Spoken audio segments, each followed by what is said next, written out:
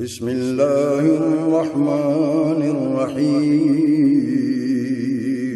شروع اللہ کے نام سے جو بڑا مہربان نہایت رحم والا ہے۔ لقد أنزلنا إليكم كتابا فيه ذكركم أفلا تعقلون۔ اے وقار خاندان ہاشمی مولا علی، ہے وقار خاندان ہاشمی مولا علی، ہے ابو طالب کے گھر کی روشنی مولا علی، ہے ابو طالب کے گھر کی روشنی مولا علی، شیبت ہو ان کے والد اور دادا نور حق، شیخ بطا شیخ بت ہو ان کے والد اور دادا نور حق، ہے سخی ابن سخی ابن سخی مولا علی، ہے سخی ابن سخی ابن سخی مولا علی۔ نحمدہ ونصلی علی رسولہ الکریم، اما بعد فاعوذ باللہ من الشیطان الرجیم، بسم اللہ الرحمن الرحیم۔ الصلاۃ والسلام علیک یا سیدی یا رسول اللہ، وعلی آلک وصحابک یا نبی اللہ۔ الصلاۃ والسلام علیک یا سیدی یا رسول اللہ، وعلی آلک وصحابک یا محمد رسول اللہ صلی اللہ علیہ وآلہ وسلم۔ السلام علیکم اے دوستان محترم، چونکہ رمضان المبارک ہے اور رمضان المبارک کی کس تاریخ جو ہے وہ قریب قریب ہے، حضرت علی رضی اللہ تعالیٰ عنہ کے یوم شہادت کی مناسبت سے آپ سیدنا علی المرتضیٰ رضی اللہ تعالیٰ عنہ کے روحانی احوال و مقام کے متعلق ہم بات کریں گے۔ اللہ رب العزت نے اپنے خاص دوستوں کو ایسی شان و مرتبہ سے نوازا کہ وہ اپنی خداداد طاقت کے ذریعے لوگوں کے احوال سے نہ صرف آگاہی رکھتے ہیں بلکہ ان کی رہنمائی اور حاجت روائی بھی فرماتے ہیں۔ کیا کسی انسان کو اللہ کے سوا حاجت روا کہا جا سکتا ہے؟ کیا اللہ کے علاوہ کسی دوسرے کو حاجت روا کہنے سے شرک نہیں لازم ہو جاتا؟ یہ سوال وہ ہے جو ایک طبقہ ہر اس موقع پر داغ دیتا ہے جب ان کے سامنے کسی مقبول بندے کی کوئی کرامت پیش کی جاتی ہے، جس پر وہ یہ کہنا شروع کر جاتے ہیں کہ قرآن مجید سے استدلال کرتے ہوئے کہتے ہیں کہ اللہ کے سوا کوئی مددگار نہیں، اس میں کوئی شک نہیں ہے، لیکن اللہ تعالیٰ جسے عطا کرے یہ ضرور یاد رکھیں،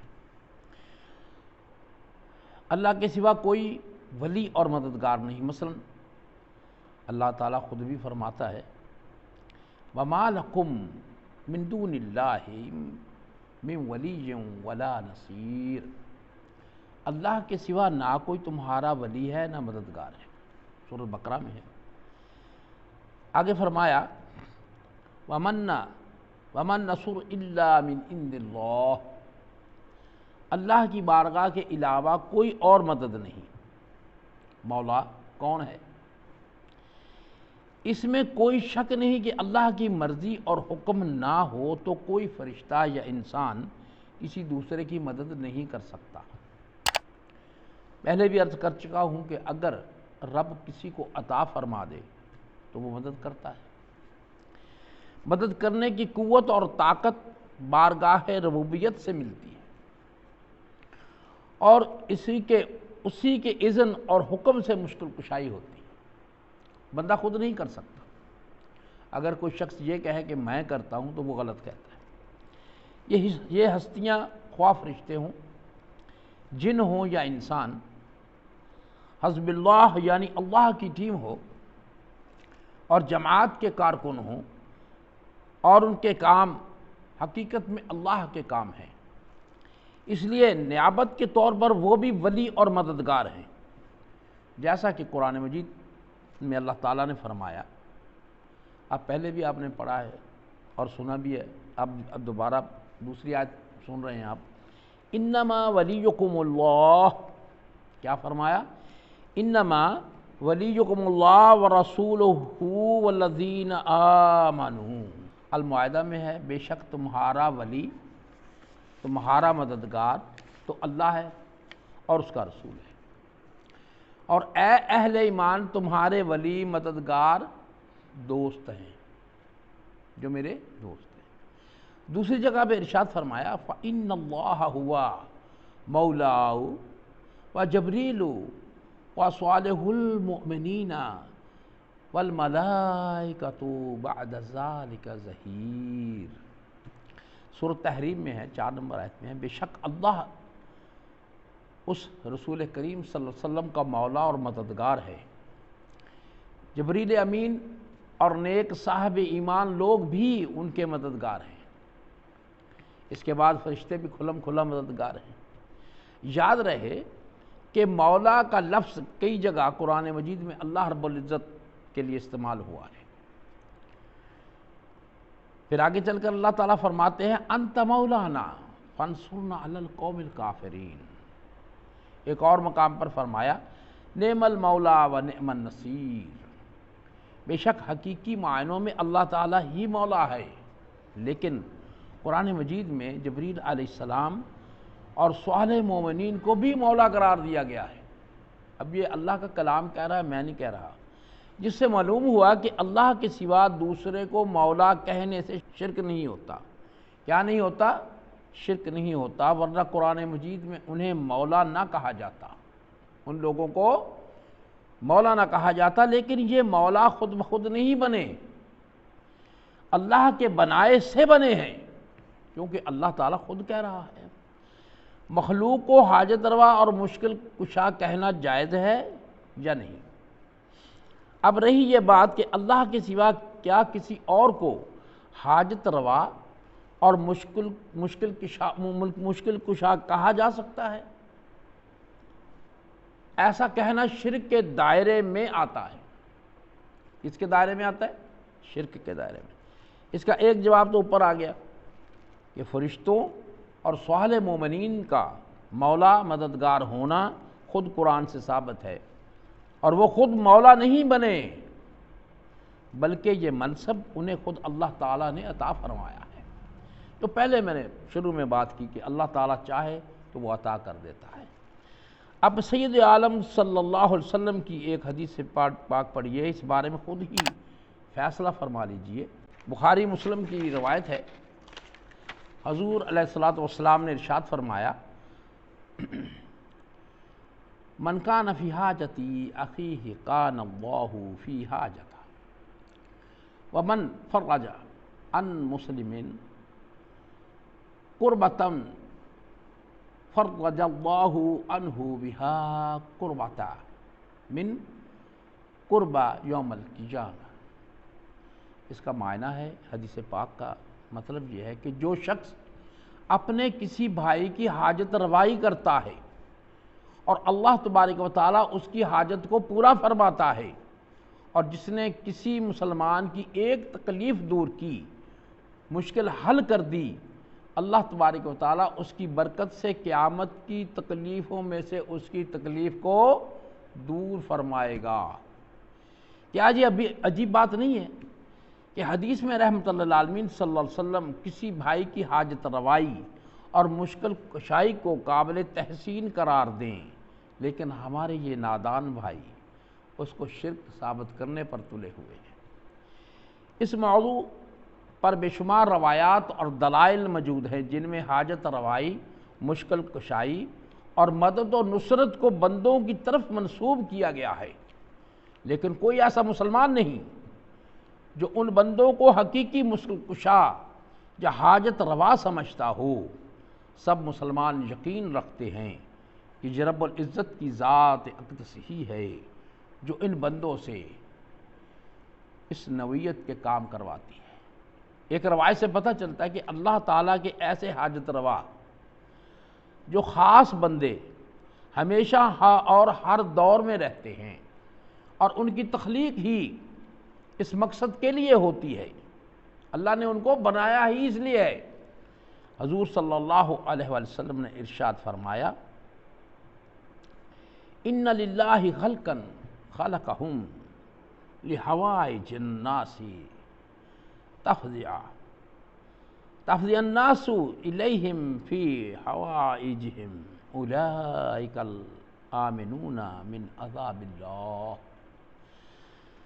اللہ تعالیٰ نے لوگوں کی حاجت روائی کے لیے ایک مخلوق پیدا کر رکھی ہے تاکہ لوگ اپنی حاجات کی تکمیل کے لیے ان سے رجوع کریں۔ یہ لوگ عذاب الہی سے محفوظ و مامون ہیں۔ علامہ اقبال رحمۃ اللہ علیہ نے نفوس قدسیہ کے متعلق فرمایا، خاکی اور نوری نہاد بندہ مولا صفات، ہر دو جہاں سے غنی اس کا دل بے نیاز، اس کی امیدیں قلیل اس کے مقاصد جلیل، اس کی ادا دل فریب اس کی نگاہ دل نواز، ہاتھ ہے اللہ کا بندہ مومن کا ہاتھ، غالب و کار آفرین کار رخش کار کشا کار ساز۔ تو دوستان محترم، حضرت مولا علی رضی اللہ تعالیٰ عنہ مشکل کشا حضور علیہ السلام کی امت کے ان مولا صفات بندوں میں سے جس ہستی کو تاج سروری عطا کیا گیا وہ خاتون جنت کے شوہر نامدار حسنین کرمین رضی اللہ تعالیٰ عنہما کے والد گرامی حضرت سیدنا علی المرتضیٰ کرم اللہ وجہ کی ذات گرامی ہے۔ صحابہ کے بھرے مجمع میں جن کا ہاتھ باعث تکوین کائنات فخر موجودات سید المرسلین صلی اللہ علیہ وسلم نے اپنے ہاتھ میں لے کر ان کا ہاتھ بلند کیا، فرمایا، من کنت مولا فعلی مولا۔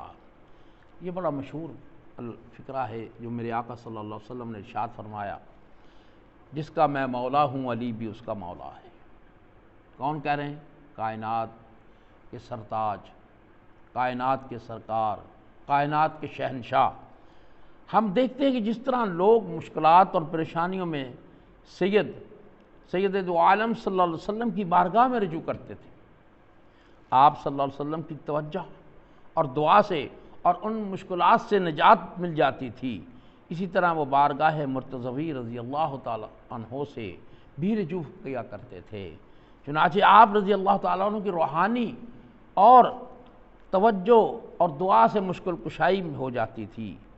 حضرت مولا علی رضی اللہ تعالیٰ عنہ کی روحانی قوت کے بارے میں حضرت امام یوسف النبہانی رحمۃ اللہ علیہ نے حضرت امام فخر الدین رازی کے حوالے سے سیدنا حضرت علی المرتضیٰ رضی اللہ تعالیٰ عنہ کی روحانی قوت کا یہ ایک دلچسپ واقعہ جامع کرامت الاولیاء میں درج کیا ہے۔ وہ لکھتے ہیں، ایک حبشی غلام، ایک واقعہ کوٹ کر رہا ہوں، میں نے پہلے اس کا حوالہ بھی دیا ہے۔ ایک حبشی غلام حضرت حیدر کرار رضی اللہ تعالیٰ عنہ سے بہت محبت رکھتا تھا۔ ایک مرتبہ چوری کے جرم میں اسے حضرت امیر المومنین رضی اللہ تعالیٰ عنہ کی خدمت میں پیش کیا گیا۔ اس نے اپنے جرم کا اقرار کر لیا اور آپ کے حکم سے حسب قانون اس کا ہاتھ کاٹ دیا گیا۔ ہاتھ کٹوا کر حبشی غلام دربار مرتضوی سے واپس جا رہا ہے یہ حضرت سلیمان فارسی رضی اللہ تعالیٰ عنہ اور حضرت ابن القوا سے ملاقات ہو گئی، جنہوں نے پوچھا کہ تیرا ہاتھ کس نے کاٹا ہے؟ غلام کہنے لگا یا سب المسلمین، قطن رسول اللہ صلی اللہ علیہ وسلم اور زوجہ بطول علی المرتضیٰ کرم اللہ وجہہ نے کاٹا ہے۔ ابن القوا رضی اللہ عنہ نے پوچھا انہوں نے تیرا ہاتھ کاٹ دیا؟ یار تو ان کا بڑا مداح تھا، ان کی مداح سرائی کرتا تھا۔ حبشی کہنے لگا میں ان کی مداح کیوں نہ کروں، انہوں نے مجھے آخرت کی سزا سے بچا لیا۔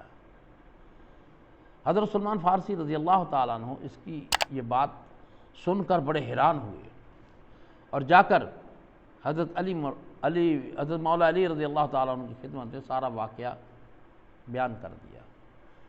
دوستان محترم، اگر آج کا کوئی بندہ ہوتا وہ پتہ نہیں کیا کیا ان کو کہتا، لیکن انہوں نے اپنا جرم تسلیم کر لیا، ہاتھ کٹوا لیا، لیکن ان کی مداح سرائی کر رہا ہے۔ سیدنا حضرت علی رضی اللہ تعالیٰ عنہ نے فوراً غلام کو طلب فرمایا اور اس کا ہاتھ اس کی کلائی کے ساتھ رکھ کر رومال سے ڈھانپ دیا۔ کچھ دعائیہ کلمات پڑھے، اچانک ایک آواز آئی کہ کپڑا ہٹا دو۔ کپڑا ہٹایا گیا تو بالکل صحیح سالم ہاتھ تھا۔ بات کرنے کا مقصد یہ ہے میرے دوستو، بندہ کچھ بھی نہیں کرتا تو رب ہی ہے، لیکن رب خود آ کر نہیں کرتا ہے، اس نے اپنے بندوں کو عطا فرمایا۔ وہ کہتا ہے یار تو ایک دفعہ کہہ دے گا تو میں بھی ادھر سے کہہ دوں گا کن فیکون۔ تو دوستان محترم، بات اس طرح ہے کہ اللہ تبارک و تعالیٰ تبھی تو کہتا ہے کہ میں تیرا ہاتھ بن جاتا ہوں، پاؤں بن جاتا ہوں۔ تو بات اور طرف چلے جائے گی۔ علامہ تاج الدین سبکی رحمۃ اللہ علیہ طبقات میں لکھتے ہیں کہ ایک مرتبہ جناب حیدر کرار رضی اللہ تعالیٰ عنہ اور آپ کے دونوں شہزادوں نے رات کی تاریکی میں کسی کو درد بھری آواز میں شعر پڑھتے سنا۔ اس شعر کے میں آپ کو ویسے تو معلوم نہیں ہوگا آپ کو، اس کے متعلق میں اردو ترجمہ کر دیتا ہوں۔ اے وہ ذات اقدس جو تاریکیوں میں مضطرب اور بیقرار انسان کی پکار کو سنتی ہے، اور اگر خطاکار تیری بخشش کے امیدوار نہ ہوں، ہائے ہائے ہائے، تو پھر گناہ گاروں پر تیرے سوا نعمتوں کی بارش کون برسائے گا؟ سچ بات کہی اس نے۔ اگر ہماری دعا کو رب نہ سنے، رب قبول نہ فرمائے تو اور کون فرمائے گا؟ نہ نہ نہ۔ حضرت حیدر کرار رضی اللہ تعالیٰ نے اشعار سنے تو حکم دیا اس شخص کو تلاش کیا جائے۔ لوگ اسے ڈھونڈ کر لے آئے، وہ پہلو گھسیٹتا ہوا آپ کے سامنے حاضر ہو گیا۔ آپ نے فرمایا تجھے کیا مصیبت پیش آئی، ذرا بیان تو کر۔ وہ شخص کہنے لگا کہ میں عیش و نشاط اور گناہوں میں مبتلا تھا۔ میرے والد مجھے نصیحت فرماتے ہوئے کہتے بیٹا خدا سے ڈرو، اس کی گرفت بڑی سخت ہے۔ ایک دفعہ جب انہوں نے بار بار نصیحتیں کی تو مجھے غصہ آ گیا اور میں آپے سے باہر ہو گیا اور طیش میں آ کر انہیں پیٹ ڈالا۔ ہوئے میرے والد نے کہا میں تیری شکایت کعبۃ اللہ جا کر دربار خداوندی میں کروں گا۔ چنانچہ وہ کعبہ میں گئے اور جب واپس آئے تو میرا دایاں پہلو مفلوج ہو چکا تھا۔ اب مجھے اپنے کیے پر سخت ندامت ہوئی۔ میں اپنے والد سے معافی مانگی اور انہیں راضی کرنے کی کوشش کرتا رہا۔ آخرکار انہوں نے وعدہ فرما لیا کہ وہ اللہ کے گھر جا کر میرے حق میں دعا کریں گے۔ ویسے میں تیرے پہ راضی ہوں۔ میں نے انہیں سفر کے لیے اونٹنی پیش کی جس پر وہ سوار ہو کر مکہ کی طرف روانہ ہو گئے، لیکن اونٹنی بھاگ کھڑی ہوئی اور وہ چٹان سے گر کر فوت ہو گئی۔ حضرتنا سید علی المرتضیٰ کرم اللہ وجہہ نے فرمایا اگر تمہارا باپ راضی ہو گیا تھا تو اللہ کریم بھی راضی ہے۔ اس نے کہا قسم بخدا میرے والد راضی ہو گئے تھے۔ یہ سن کر حضرت حیدر کرار اٹھے، کئی رکعت نوافل ادا کی اور دعا فرمائی اور پھر فرمایا تجھے مبارک ہو، کھڑا ہو جا۔ ہائے ہائے ہائے، کیا کہا؟ تجھے مبارک ہو، کھڑا ہو جا۔ اور وہ بالکل صحیح سلامت چلنے لگا، وہ کھڑا ہو گیا۔ وہ شخص صحت یاب ہو چکا تھا۔ اب کیا کس نے ہے؟ سوال تو یہ پیدا ہوتا ہے، حضرت علی نے نہیں کیا۔ صرف بات یہ ہے کہ جب بندہ اللہ کا بن جاتا ہے تو اللہ کہتا ہے یار تو کہہ تو صحیح نہ ایک دفعہ، میں اسی وقت ہی کر دوں گا۔ تو اپنے اس بندے کی دعا کو رب نے رد نہیں کیا، اس بندے کو شفا یاب کر دیا۔ تاجدار کریم ولایت سیدنا حضرت علی المرتضیٰ رضی اللہ تعالی عنہ، اس ظاہری حیات مبارکہ میں پیش آنے والے ایسے کئی واقعات تو کتابوں میں بھی منقول ہیں، کتابوں میں منقول ہے، مگر کتب صوفیہ میں بے شمار ایسے واقعات اور ایسے مکاشفات بھی موجود ہیں جن سے یہ پتہ چلتا ہے کہ آپ کے روحانی فیوز کا سلسلہ آج بھی جاری ہے، اور حقیقت یہ ہے کہ آپ کے کمالات دراصل کمالات نبوی کا ہی تسلسل ہیں، کیونکہ ہر ولی کی کرامت دراصل نبی علیہ السلام کے معجزات کا تسلسل شمار ہوتی ہے۔ ان کرامات کا منبع اور سرچشمہ بھی نبی علیہ السلام کی ذات اقدس ہے۔ حضرت علی رضی اللہ تعالیٰ عنہ کے متعلق سیدنا محمد صلی اللہ علیہ وسلم ارشاد فرماتے ہیں، انا مدینۃ العلم وعلی بھابھا، میں شہر علم ہوں اور علی اس کا دروازہ ہے، علی اس شہر کا دروازہ ہے۔ اور حضرت حیدر کرار رضی اللہ تعالیٰ عنہ فرماتے ہیں، رسول کریم صلی اللہ علیہ وسلم نے مجھے علم کے 1000 باب کی تعلیم دی، اور ہر باب کے آگے ہزار باب کھلتے ہیں۔ محترم سامعین، جس علم کے 1 کروڑ ابواب ہیں اور اس کی وسعت کا اندازہ کون لگا سکتا ہے؟ اللہ تعالیٰ تک پہنچانے والے راستوں میں سے ایک راستہ قرب ولایت سے تعلق رکھتا ہے۔ اس کے پیشوا حضرت سیدنا علی کرم اللہ وجہ ہیں۔ حضرت علی رضی اللہ تعالیٰ عنہ اپنی جسمانی پیدائش سے پہلے اس مقام کے ملجا و ماوا تھے، جیسے کہ آپ جسمانی پیدائش کے بعد ہیں۔ جس کو بھی فیض ہدایت پہنچی اسی راہ سے پہنچی اور انہی کے ذریعے پہنچی، کیونکہ وہ اس راہ کے آخری نقطہ کے قریب ہیں۔ حضرت مجدد الفسانی رحمۃ اللہ علیہ مکتوب دفتر اول میں فرماتے ہیں، حضرت امیر سیدنا علی رضی اللہ تعالیٰ عنہ فرماتے ہیں کہ میں اس لیے آیا ہوں کہ تمہیں آسمانوں کا علم سکھاؤں۔ جب میں اچھی طرح متوجہ ہوا تو تمام خلیفہ راشدین رضوان اللہ اجمعین کے درمیان اس مقام کو حضرت امیر سیدنا علی المرتضیٰ عنہ کے ساتھ مخصوص پایا۔ آپ رحمۃ اللہ علیہ فرماتے ہیں، چونکہ حضرت امیر سیدنا علی رضی اللہ تعالیٰ عنہ ولایت محمدی صلی اللہ علیہ وسلم کا بوجھ اٹھانے والے ہیں، اس لیے اقطاب، ابدال، اوتاد، اولیاء ازلت میں سے جو بھی ہیں سب کے سب ان سب کا قطب مدار کا سر حضرت علی المرتضیٰ کرم اللہ وجہہ کے قدموں کے نیچے ہے۔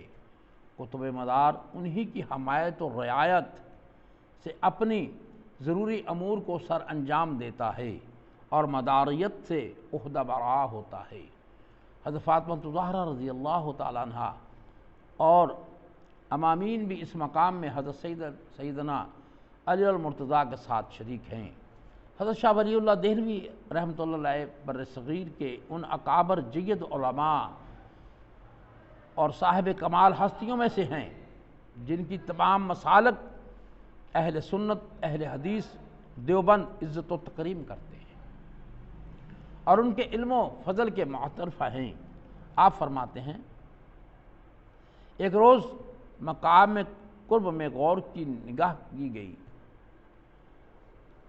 ہر چند نظر دور دور تک گئی، لیکن جہت خاص جو حضرت علی المرتضیٰ عنہ میں تھی اس سے زائد کسی میں نہ دیکھی، اور جہت میں کسی دوسرے کی ان پر فضیلت نہیں دیکھی۔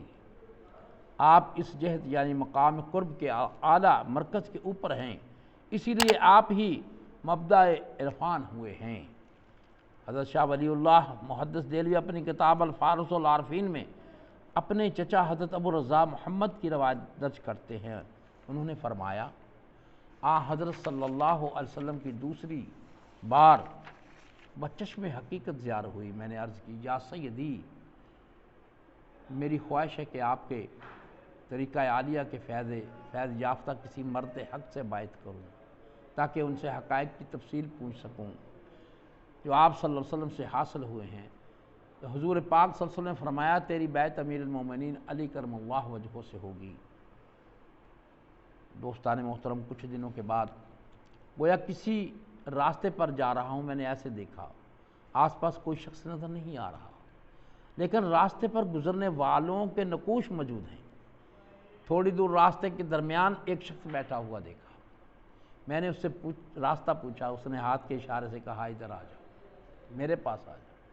اس نے مجھے انشراح قلب حاصل ہوا، اس سے مجھے انشراح قلب حاصل ہوا۔ انہوں نے فرمایا اے سست رفتار، میں علی ہوں اور مجھے رسول خدا صلی اللہ علیہ وسلم نے بھیجا ہے تاکہ میں تمہیں ان کی بارگاہ میں لے چلوں۔ ہائے ہائے، میں ان کے پیچھے پیچھے چل پڑا یہاں تک کہ بارگاہ رسالت صلی اللہ علیہ وسلم کے ہاتھ میں دے کر کہا یا رسول اللہ صلی اللہ علیہ وسلم ھذا یدیر رضا محمد۔ یہ سن کر حضرت علی رضی اللہ تعالیٰ عنہ سے بیعت لی۔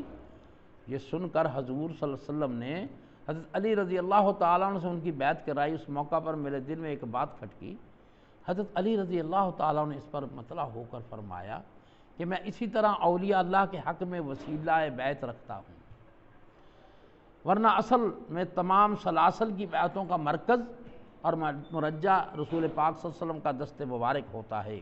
اس کے بعد آپ نے مجھے اشغال اور اذکار کی تلقین فرمائی، علوم و اسرار سے نوازا۔ حقیقت یہ ہے کہ حضرت سیدنا علی المرتضیٰ رضی اللہ تعالیٰ عنہ کی ذات اقدس تمام علوم ظاہری اور باطنی کا مخزن ہیں۔ تمام صحابہ کرام رضوان اللہ اجمعین آپ کی اس شان سے آگاہ اور معترف ہیں۔ شیخین کرامین مختلف مقام مواقع پر سیدنا علی رضی اللہ تعالیٰ عنہ کے علمی اور اصابت رائے سے استفادہ بھی کرتے رہتے ہیں۔ اس سلسلے میں کتب مناقب میں بڑے دلچسپ اور ایمان افروز واقعہ منقول ہیں۔ دوستان محترم، امید ہے کہ آپ کو اس چھوٹی سی تقریر سے، اس چھوٹے سے بیان سے آگاہی ہوئی ہوگی کہ حضرت علی المرتضیٰ رضی اللہ تعالیٰ عنہ کا مقام کیا ہے اور اللہ تبارک و تعالیٰ اپنے بندوں کو کیسے نوازتا ہے، کیسے عطا فرماتا ہے۔ وما علینا الا البلاغ۔